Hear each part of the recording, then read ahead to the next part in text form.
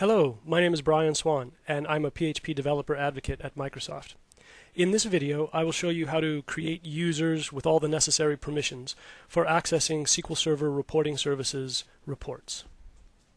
I will assume that you have already installed SQL Server Reporting Services, that you've configured your report server, and that you've actually deployed a report. There are step-by-step instructions for doing this on my blog, and probably the easiest way to find that blog entry is to go to your favorite search engine and search on SSRS Brian Swan.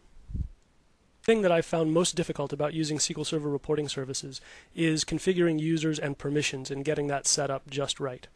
A user has to have permission to log into SQL Server and then has to have permissions on the databases that generate the reports. And finally, that user has to have permissions to the report server itself. So in this video, I'll walk you through step by step how to do each of those things. The first step in getting things set up is to create a local user on the same machine that is running SQL Server Reporting Services, unless you're going to use a domain account for accessing reports. If you're going to do that, you can skip this step. But to create a new user, I am going to go to the control panel and search on users and click on Edit Local Users and Groups. In this dialog here, I'm going to right-click on User and New User and provide my username. So I'm going to call this PHP Demo User and provide a password. Confirm that password. And for the purposes of this demo, I'm not going to require that the password be changed on the next logon. And click Create and Close, and then in Users we should see my PHP Demo User has now been added. Next, we need to create a SQL Server login that corresponds to the user that we just created. To do that, I'm going to start SQL Server Management Studio, connect, and go to the Security tab. On Logins, I'll right-click and select New Login. And from here, it's actually easiest just to click on Search and type in the name of the user that we just created. When I click Check Names, that username will be qualified by my machine name since it's a local account. At this point, you could also, if you want to use a domain account, you can type in the domain qualified username and click Check Names, and then you're good to go. So from here, I'll click OK, and we're done. We simply click OK, and then when we go to Logins, we'll see that PHP Demo User is now a SQL Server login. Now we need to create database users that correspond to the login that we just created, and we need to do that on two databases. So to do that, I'm going to go into the Databases tab, and the first database that I need to create a user for is the database from which reports are generated, and in my case that's the Northwind database.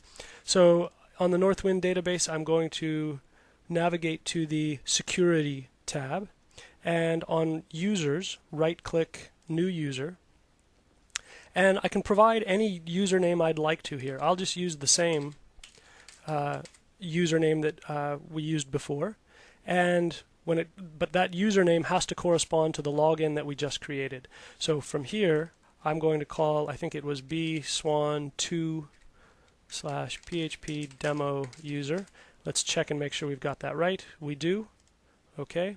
And then finally, I want to make sure that this user has read permissions on this database. So I'm going to select DB Data Reader as part of the database role membership and click OK. Now we need to do that on one other database, and that is the report server database itself. So I'm just going to go to report server database and go through the same steps.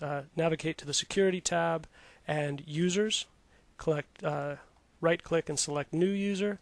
Again, I'll call this PHP Demo User, and the login name will be bswan2/php demo user. Check names, okay. And again, as part of the database role membership, we want a DB Data Reader, and we're not going to have this user own any schemas. And click OK. And now we have a user here that is PHP Demo User, and the same on the Northwind database. In the users, we have PHP Demo User. The next step is to give PHP demo user access to the report server itself, and that we can do through Internet Explorer. To do this, I need to run Internet Explorer as an administrator so that it's actually using my credentials to access the report server. So I need to start IE with the admin privileges and then navigate to localhost reports _ SQL Express. And when I've done that, now I can actually edit permissions here. The first thing I'm going to do is select Show Details. And now remember, part of the prerequisites was that you had deployed a report already, and I've deployed a report to this Northwind Sales by category folder, and I want to make sure that my user has access to that folder. So I'm going to look at the properties for that, go to Security, and say Edit Security Item. And I'm going to get a message box that says that the folder permissions are inherited from the parent. Do you want to give it permissions that are different? And in this case, I do. So now I'm going to create a new role assignment.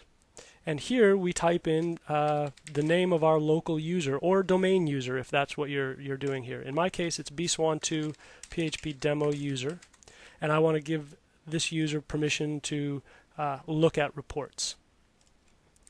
Click OK, and we're done. That user now has permission to access reports in the Northwind Sales by category folder. And now we're actually ready to write PHP code to consume or access those reports.